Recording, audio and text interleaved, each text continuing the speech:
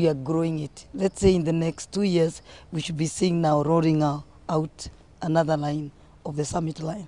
But for on the spirit line, that one we are set. On the ready-to-drink vodka, that one we are set. The lines are enough. It's only on the summit now we have to grow. You know, Jeff, no money in Africa, finance from the banks who have to approve, to check all the risks and all that. So you cannot go the way you'd want to go. Yeah. It's slow a bit. Are you surprised? Because when people start something new and you're competing against, let's say, you know, Tusker or Malt or whatever, you know, that's a risk. But this one is pretty popular. It is true. It is true. Okay, I'm not surprised because before I went to start the beer, I had to taste what was in the market. And I knew the minute people will taste what we've brought, it is a different choice and a better choice altogether. So I knew it would go. So I'm not surprised. It's only that I've wasted a lot of time. I'm supposed to have moved from the next whatever to the next level. Yeah. But it is dragging me. It's taking time because, as I say, in Africa, no money. We have to go slowly by slowly because of the financing. Most trees come from Europe. It's not locally available here. So that's what has been dragging us. And also something else that's dragging you is importing all the barley and the hops and all these raw materials for your product. Also the environment, investing in the country, I can say. There's some things, even if the government tries, it's you to try and do all your best. Because most of the things here, like the malted barley, we don't have a malting plant here. So you have to import the barley.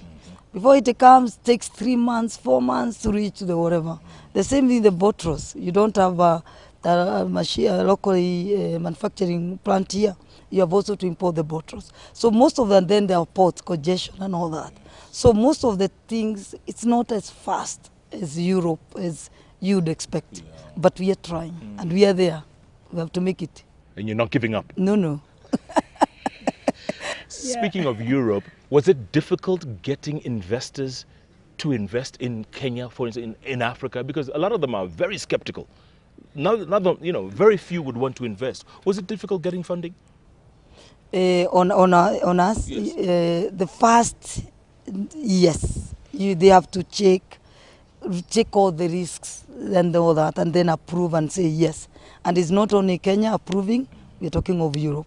Then when it goes to the next one, they must also be assured because you may have grown before even the other loans get finished.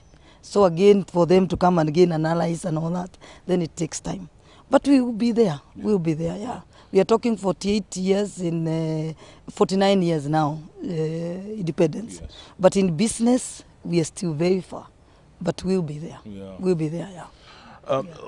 You produce, what, 6,000 bottles an hour with Summit, right? That is Summit, yes. What's the goal? What do you want to do? How far do you want to take it, and how soon? Yeah, 6,000 bottles an hour. That is small. We need to grow like 3 times whatever we've done, we are able to do. So we'll be talking of 20,000 bottles an hour. Do you have that capacity? No. That's what we are working on. Yeah, but on the spirit, 10,000 bottles an hour. On the ready-to-drink, 15,000 bottles an hour. So we are growing. We are growing. We are coming from far, but we are growing. Yeah. When you started this research into manufacturing, did you think that you would be the proud owner of a brewery not too far from here? Did you have those plans? Were those dreams there? I could see, but I could not tell when, but I could see that that's what I was looking for. Just to make sure that you can give Kenyans a choice, not just a choice, but of higher quality.